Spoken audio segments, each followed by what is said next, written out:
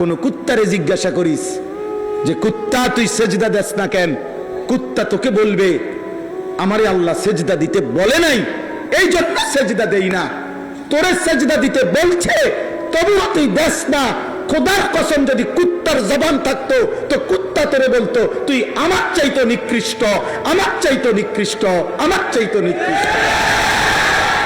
কুত্তায় তোরে বলতো বেটা, কুকুরে তোকে বলতো, কুকুরে যদি কুত্তার জবান থাকতো ও বলতো আমি সেজদা এ কারণে দেই না, আমাকে আল্লাহ সেজদা দিতে বলছে। আল্লাহ কুকুরকে সেজদা দিতে বলছে? শুকরকে আল্লাহ সেজদা দিতে বলছে? গরুরে আল্লাহ সেজদা দিতে বলছে বেটা? তো এই কারণে সে সেজদা দেয় না।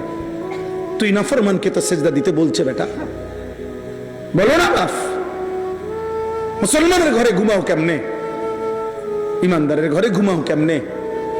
নিজের মুসলমান বলো, কোন লজ্জায় বেঈমানের চুল রেখে মুসলমান বলস কেমনে বেটা? শরীর নাপাক, পেশাব করে একবারও টয়লেট পেপার ব্যবহার করো না, পানি ব্যবহার করো না, এমন নিকৃষ্ট নাফাক, এমন দুর্গন্ধওয়ালা অপদার্থ নিজেকে মুসলমান বলস কেমনে বেটা? বল বেটা। শেষ হিসাব, আমি যদি আর কোনোদিন আসতে না পারি, একবারই আসলাম, একবারই আসলাম, একবারই বলে গেলাম বাপ, একবারই বলে। আত্মপরিচয় চেনো, তোমার জন্য আমি আটকাবো না, আমার জন্য তুমিও আটকাইতা না। তোমার রাত তোমার কাছে, আমার রাত আমার কাছে।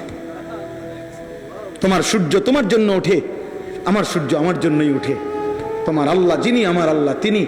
কাজে কেউ কাউরের জন্য আটকাবে না দুনিয়া, কিন্তু আখিরাত চলতে পারবে না। দুনিয়া তো আল্লাহ কাফির বেঈমানেরও আটকায় না বাবা। এ ছেলেরা, বাবারা, বয়স্কদেরকেও বলি, বয়স্ক মুরব্বী যারা এখনো বিড়ি খান, সিগারেট খান, বয়স্ক যারা এখনো টেলিভিশনে চা দেখেন, চা দোকানে নর্তকীর নাচ দেখেন, টেলিভিশন নাটক সিনেমা দেখেন, বয়স্ক মানুষ যারা এখনো সুদ খান, কিস্তি নেন, বয়স্ক মানুষ এখনো যারা কথায় কথায় গালি দেন, হারাম উপার্জন করছেন, হারাম কাজ করছেন, আপনারও লজ্জা কম, শরম কম, হায়া কম, আপনারও বিবেক বুদ্ধি বিবেচনা কম। 60 বছরও আকল এখনো যদি জাহান্নামের ভয় না আসে, আখিরাতের ভয় না আসে, কবরের কথা মনে না পড়ে, এই বুড়া চাচা, তাইলে আর কবরের কথা মনে পড়বে কোন বছর? বলো না বাপ, তুমি আমার বাপ, বলো। 60 বছরও কি একজন বয়স্ক মুসলমান ওনার আখিরাত মনে করার সময় হয় নাই? তো উনি এখনো বিড়ি খাবে, উনি এখনো টেলিভিশন দেখবে। ওফো,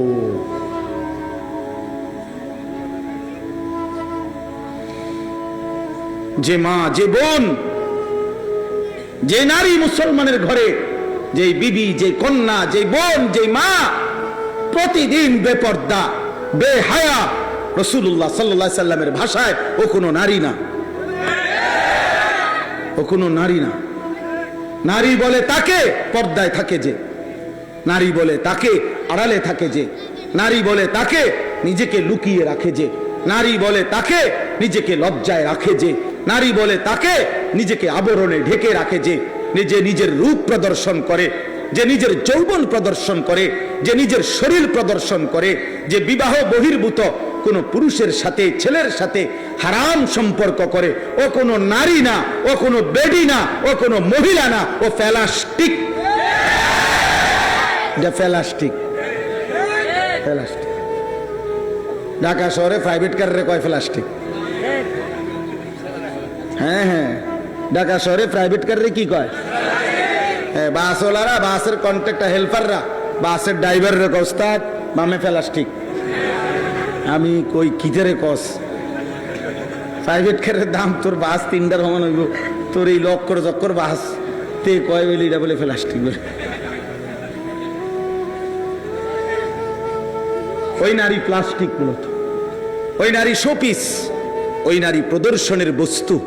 তার মধ্যে নারীত্ব যেটা, নারী মানেই তার স্বভাবজাত হায়া, লজ্জা, শরম, তার রক্তের ভিতরে, অস্তিত্বের ভিতরে নিজেকে ঢেকে রাখা, আড়াল করে রাখার এই তবিয়ত আল্লাহ তাকে সৃষ্টিগতভাবে দিয়েছেন।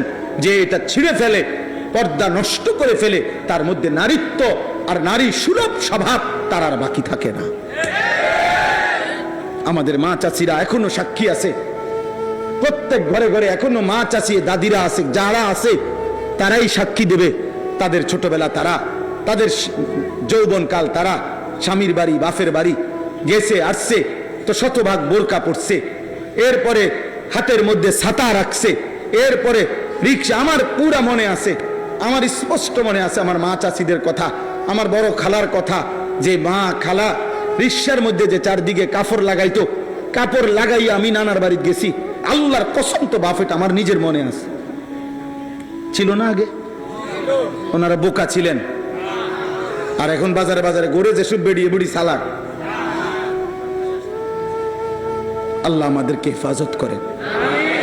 অতএব প্রিয় ভাই আমার, বন্ধু আমার, কেন আল্লাহর নাফরমানি করছো বাপ? আল্লাহকে ছেড়ে দিলা কেন বাপ?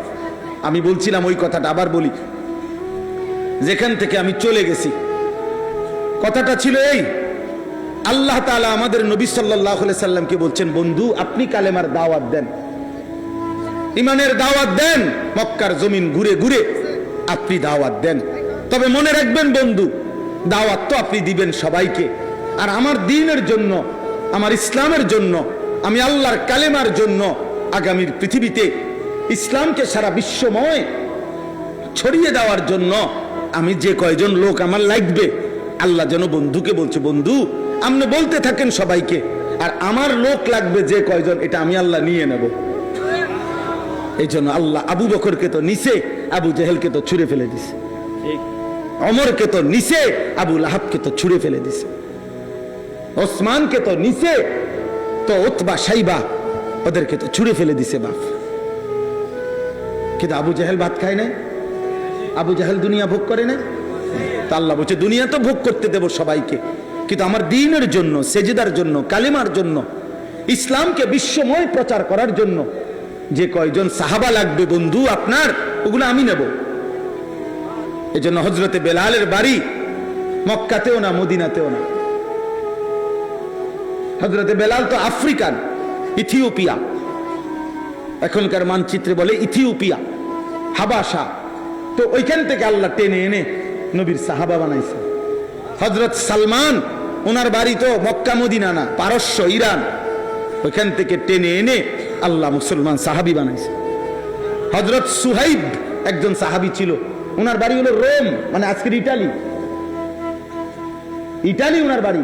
তো ওইখান থেকে মালিক টেনে এনে ওনারে নবীর সাহাবি বানাইছে। হযরত আবু যার গিফারি, ওনার বাড়ি মক্কা মদিনা না, গিফার গোত্র, আরবের বহু দূরের গোত্র, ওইখান থেকে টেনে এনে মালিক নবীর সাহাবি বানাইছে। নবীর সাহাবি আবু হুরায়রা, ওনার বাড়ি মক্কাও না, মদিনাও না, ওনার বাড়ি দৌস গোত্র, আরবের বহু দূরের গোত্র, ভিন্ন এলাকার, ওইখান থেকে টেনে এনে নবীর সাহাবি বানাইছেন। হযরত তুফাইল ইবনে আমর আদ-দাউসি, উনি মক্কারও না, মদিনারও না, অন্যখান থেকে এনে আল্লাহ তার সাহাবি, নবীর সাহাবি বানাইছেন। অথচ আবু জেহেল, আবু লাহাব জন্মের দিন থেকে নবী সাল্লাল্লাহু আলাইহি সাল্লাম যেদিন জন্মগ্রহণ করছে সেদিন থেকেই মুহাম্মদ সাল্লাল্লাহু আলাইহি সাল্লামকে আবু জেহেল, আবু লাহাব চিনে। সেদিন থেকে পুরাটা সময় দেখছে, 40টা বছর দেখছে। বদরের যুদ্ধের দিন আবু জেহেল মারা গেছে, তাহলে বদরের যুদ্ধ হয়েছে মক্কার 13 বছরের পরে, মদিনার প্রথম বছর 1 বছর পরে, তাহলে ইসলাম প্রচারেরও 14 বছর পরে বদরের যুদ্ধ হয়েছে। আগের 40, পরের 14, 54 বছর টানা আবু জেহেল বাড়ির কাছে থাইকা ঘরের সামনে, মক্কা ঘর, আল্লাহর ঘর, কাবার পরে সর্বপ্রথম যেই মানুষটার ঘর ছিল তার ঘরে আবু জেহেলের ঘর। আবু জেহেলের ঘর আর আল্লাহর ঘরের মাঝখানে আর কারো ঘর ছিল না। প্রথম ঘর কার? কথা বলে না। আবু জেহেলের ঘর। বেটা নবীকে 54 বছর সে সকাল দুপুর রাত দেখছে, কিন্তু মালিক বলে আমার পছন্দ হয় নাই, আমি নিলাম না, আমি দূরের বেলালকে নিলাম।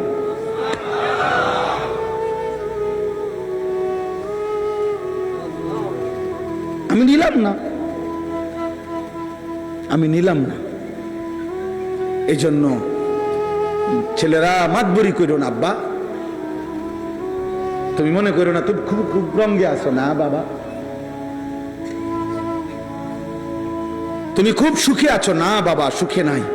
গুনাহ কাউকে সুখ দেয় না, গুনাহ কাউকে ইজ্জত দেয় না, চরিত্রহীনতা কাউকে সম্মান দেয় না।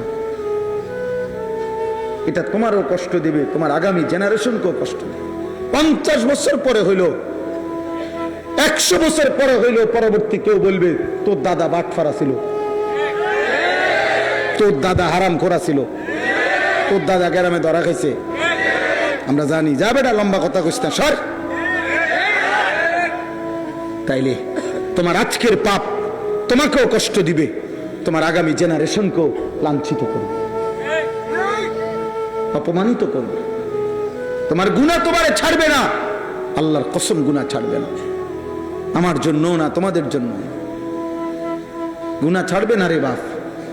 গুনাহ লাঞ্ছিত করবে, গুনাহ অপমানিত করবে, গুনাহ আগুন লাগায় দিবে, গুনাহ জাহান্নাম জ্বালায় দিবে, গুনাহ কবরে ধাউ ধাউ করে আগুন জ্বালাবে, গুনাহ তোমার দুনিয়ার জীবনটাও নিঃশেষ করে দিবে, গুনাহ তোমার বংশধরকেও বেইজ্জতি করবে।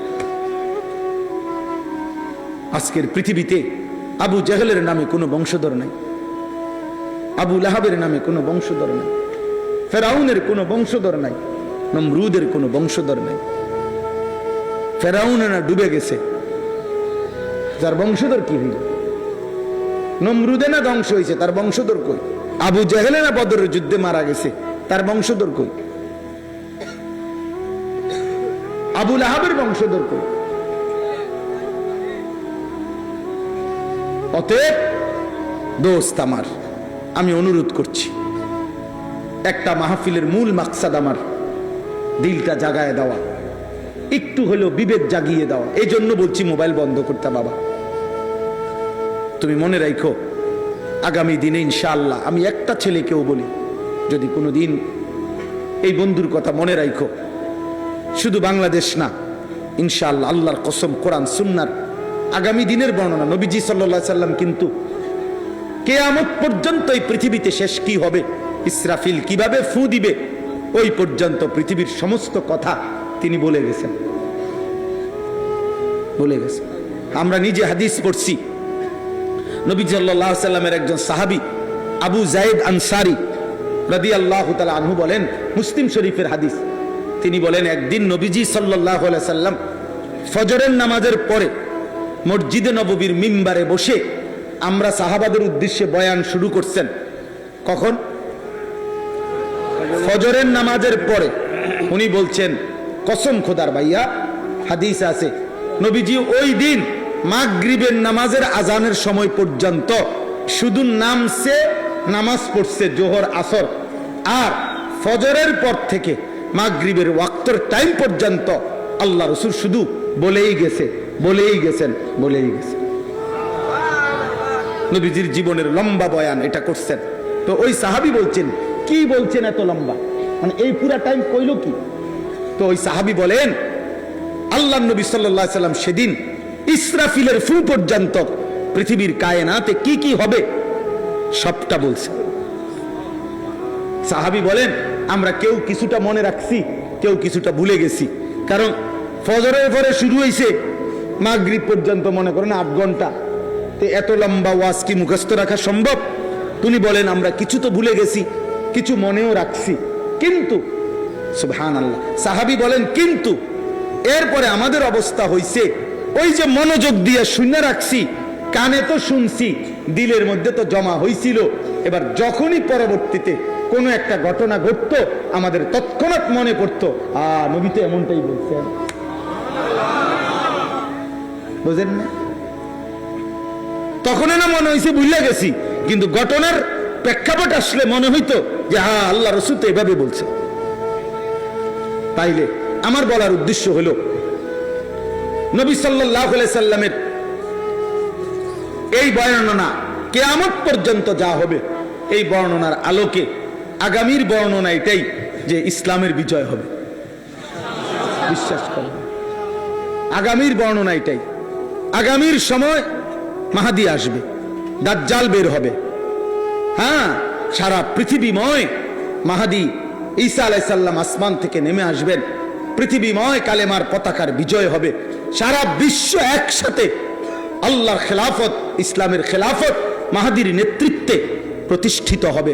আল্লাহর কসম, নবী বলছে যদি তোমাদের শুনো যে কিয়ামতের আর একদিন বাকি, আর একদিন, তাহলে ইয়াকিন রাখো উম্মত মাহাদি আসবে,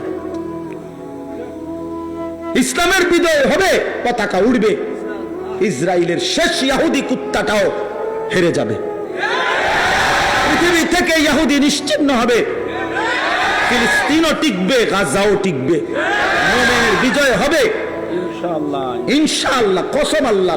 আমি যদি একটা লাইন বলতে চাই, ইনশাআল্লাহ আমি বুঝাইতে পারবো। আমার জিন্দেগির পড়ালেখা আছে এই বিষয়ের উপরে, আমি কিশোর নওজোয়ান এবং এই বিষয়ের উপরে আলহামদুলিল্লাহ পড়ি সারা দিন রাত।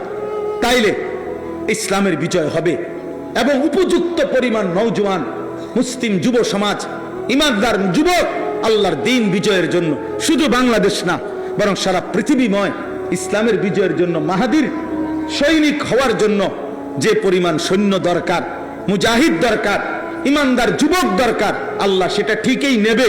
কিন্তু ওই যে দোস্ত, আমি হাত জোড় করে বলি ভাই, যদি তোমারে না নেয়, আমার আব্বা যদি তোমারে না নেয়, মালিক তো আগেই বলছে, সেদিন নবীরও বলছে, বন্ধু আপনি তো দাওয়াত দেন, জানে ওনার আমি নেমু, তা আবু বকরকে তো আমি আল্লাহই নিছি, আবু জেহেলকে আমি নেই নাই। তোমারে যদি না নেয় তখন কি হবে বাপ?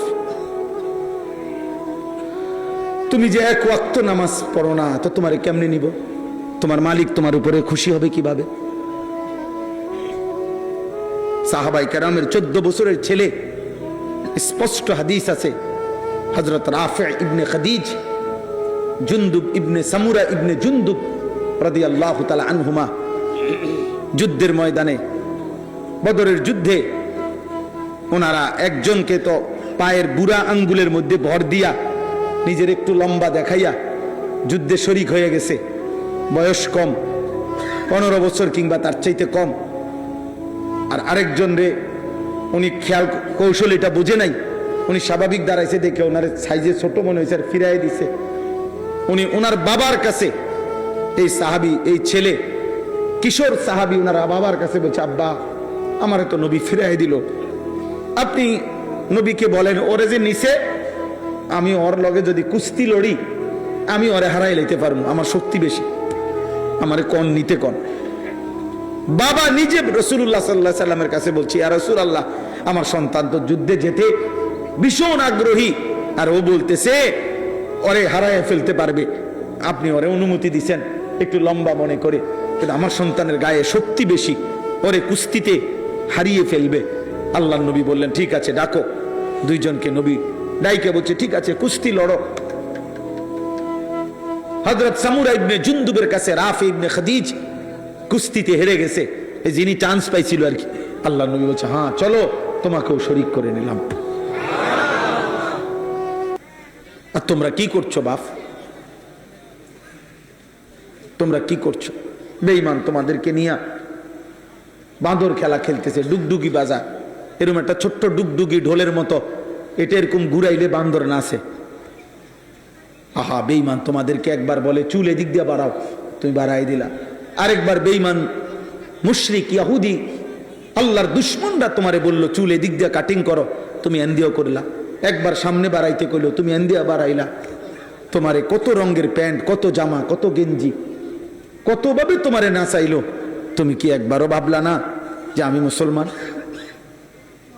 আমার নিয়ে এরম করে কা, আমি এত রঙে সাজবো কেন? আমার আল্লাহ নাই, আমার একজন রাসূল নাই, আমার কোনো ধর্ম নাই, আমার নবী সাল্লাল্লাহু আলাইহি ওয়াসাল্লাম 23 বছর আমাদের জন্য কাঁদে নাই? কথা বলে না, নবী আমাদের জন্য কাঁদে নাই? হাদিসে আছে বাপ, আল্লাহর নবী সাল্লাল্লাহু আলাইহি সাল্লামের বিবি আম্মা জান আয়েশা রাদিয়াল্লাহু তাআলা আনহা বলছেন,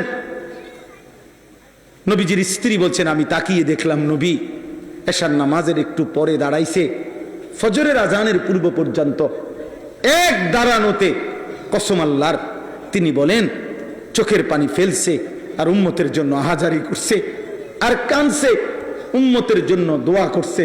নবীজি সাল্লাল্লাহু আলাইহি সাল্লাম হাত্তা তাওয়াররামাত কাদামাহু, আয়েশা রাদিয়াল্লাহু তাআলা আনহা বলেন, দাঁড়িয়ে থাকতে থাকতে আমি নিজে দেখলাম নবীজির দুইটা পা মোবারক ফুলে ফুলে গেছে। তোমার জন্য কাঁদছিল বাপ, তোমার জন্য তিনি কাঁদছিলেন। তায়েফের রক্তে আল্লাহ নবী সাল্লাল্লাহু আলাইহি সাল্লামের সাহাবী যায়েদ তিনি বলছেন, তায়েফের রক্তে নবীজির পায়ের জুতা আর পায়ের তালু রক্তে এইভাবে জমাট বাইধা গেছে, আমি কোনোভাবেই জুতা খুলতে পারছিলাম না। উহুদের দান শহীদ করা রক্তে মাখা শরীর নিয়ে বেহুশ হয়ে নবীজি গর্তের মধ্যে এতটা লম্বা সময়, উহুদের যুদ্ধের দিন নবী দাঁত শহীদ কইরা রক্ত মাখা শরীরে বেহুশ হইয়া গর্তে পড়ে গেছিলেন। এই গর্তে পড়ে এতক্ষণ পর্যন্ত গর্তে পড়ে বেহুশ হয়েছিলেন, সাহাবায়ে কেরাম কেউ খুঁজে পাচ্ছিলেন না। শেষ পর্যন্ত ভাবতেছিলেন সকলেই আল্লাহ নবী ইন্তেকাল করছে, নবীকে আর খুঁজে পাচ্ছিলেন না। অনেকক্ষণ পরে নবীজি যখন হুঁশ আসছে রক্ত মাখা শরীর নিয়ে, নিজে যখন গর্তের থেকে মাথা একটু চেহারা দেখাইতে পারছে, তো সাহাবীরা দেখছে উনি ওইখানে শোয়া, ওইখানে। এরপরে নবীকে তুলছে। এত রক্ত কার জন্য জড়াইলেন? আমাদের জন্য। তোমরা এমন করতেছো কেন বাপ? এত বাড়াবাড়ি করছো কেন আব্বা? ইসলামকে এভাবে প্রত্যাখ্যান করছো কেন? নামাজকে এভাবে ছেড়ে দিচ্ছ কেন বাবা? বিষয়টা কি বলো না বাপ, কি করতে চাচ্ছ? সারা দিন রাত তোমরা যারা নারী দেখো, ছবি দেখো, বাবা কয়টা মহিলার জন্য তুমি এমন করতেছ? কয়জন নারী দরকার তোমার? বলো না। সারা পৃথিবীর সব নারী তোমার দরকার? এক পুরুষের যৌন চাহিদা পূরণের জন্য কয়টা বেটি দরকার? তুমি এরকম করতেছ কা? তুমি যে সারা রাত দেখো উলঙ্গ ছবি, তোমাদের ও চেহারা দেখে তো বোঝা যাইতেছে আব্বা নামাজের কোনো চিহ্ন নাই অধিকাংশের চেহারা। আমি দাঁড় করাই বেনামাজি, আমি এখন দাঁড় করাই 100 জন দাঁড় করাইলে ইনশাআল্লাহ 98 জনে ঠিক হবে, হয়তো 2 জন ভুল হইতে পারে। বেনামাজির কোনো দয়া মায়া থাকে না চেহারায়। কালো পাষাণ এক জালেম, এক নিকৃষ্ট হাইওয়ান ছাড়া বেনামাজির চেহারার মধ্যে কোনো সৌন্দর্য থাকে না। ওরে দেখলেই বোঝা যায় এটা জঙ্গলি, ওরে দেখলেই বোঝা যায় এটা আল্লাহর নাফরমান, ওরে দেখলেই বোঝা যায় ও নবীর 23 বছরের চোখের পানির কোনো কদর করলো না। তোমার ঠিকের লাগে আমি বইয়া না, এই তো বোটে খারাইছি না। আমি স্লোগান দিতে বিশ্বাসী না, স্লোগান অস্বীকার করি না, কিন্তু বিষয়টা হলো মূল বিষয় ভাব স্লোগান না। আজ প্রয়োজন সেজদার, আজ প্রয়োজন গুনাহ ছেড়ে দেওয়ার, আজ প্রয়োজন মালিকের কাছে চোখের এক এক ফোঁটা পানি ফেলার। সারা দেশ জুড়ে, সারা পৃথিবী জুড়ে প্রতিনিয়ত ইহুদি, খ্রিস্টান, হিন্দু, নাস্তিক, মুরতাদ, মুনাফিক, ইসলাম বিরোধী চক্র কোমরে গামছা বাইধা মুসলমানের যুব সমাজের বিরুদ্ধে লাগছে যে এদেরকে প্রেম, ভালোবাসা, নারী, ছবি, অস্থির দৃশ্য, এদের শরীরের ফ্যাশন, রূপচর্চা, কাপড়, পোশাক, এই সামান্য বিষয়ের উপরে লাগাইয়া আহা একটা চটপটি খাইতে গেছে 3 ঘন্টা নাই, 1 প্লেট চটপটি খাইছে। কিছু এতক্ষণ ধরে চটপটি খাইছে। একজন মুসলমানের 3 ঘন্টা কোনো মূল্য নাই। 10 ঘন্টা, বিকাল 3টায় বের হইছে, রাতের 11টা বাজে ঘরে ফিরছো তোমরা। 8 ঘন্টা পরে যদি জিজ্ঞাসা করা হয় নওজোয়ান কি করছো এতক্ষণ? ঘুরছি। মুসলমান 8 ঘন্টা এভাবে ঘুরে, অথচ 8 ঘন্টা প্রতিদিন ডিউটি কইরা কত মানুষ উপার্জন করে। অসংখ্য মানুষের চাকরির ডিউটি কয় ঘন্টা? 8 ঘন্টা ডিউটি করলে উপার্জন হয়, বেতন হয়। 8 ঘন্টা মাটি কাটতা, 8 ঘন্টা সিএনজি চালাইতা, 8 ঘন্টা মাটি কাটো, 8 ঘন্টা সিরা ভাজো, তাইলেও তো ভালো ছিল, সিরা বেচতে পারতা। 8 ঘন্টা মুড়ি ভাজো, পারতো, তো মুড়ি বেচতে পারতো। একটা কিছু করো, দুনিয়ার জন্য কিছু করো। তোমারও তো দরকার, আগামী দিনে টাকা পয়সা দরকার, তো দুনিয়ার উপার্জন করো, আখেরাতের ফিকিরও করো। তুমি যে দুনিয়ারও খবর নাই, আখেরাতে তোমার বাবার ঘাম রক্ত পানি করা টাকা ওই বেচারা হয়তো। আমি ওই দিন হুজুর, আমি নিজ চোখে দেখছি একটা লোক সিমেন্টের বস্তা নামাইতেছে। এটা আমি কয়েকবারই বলছি এই কথাটা, আমার এত মায়া লাগছে। সিমেন্টের বস্তা নামাইতেছে, যে প্রতিটা বস্তা নামাইতে গেলে ট্রাকের থেকে গোডাউনে এই পিঠটা আপনার বাঁকা হইয়া যায়, এরপরে বস্তাটা এখানে লয় 50 কেজিওয়ালা বস্তা।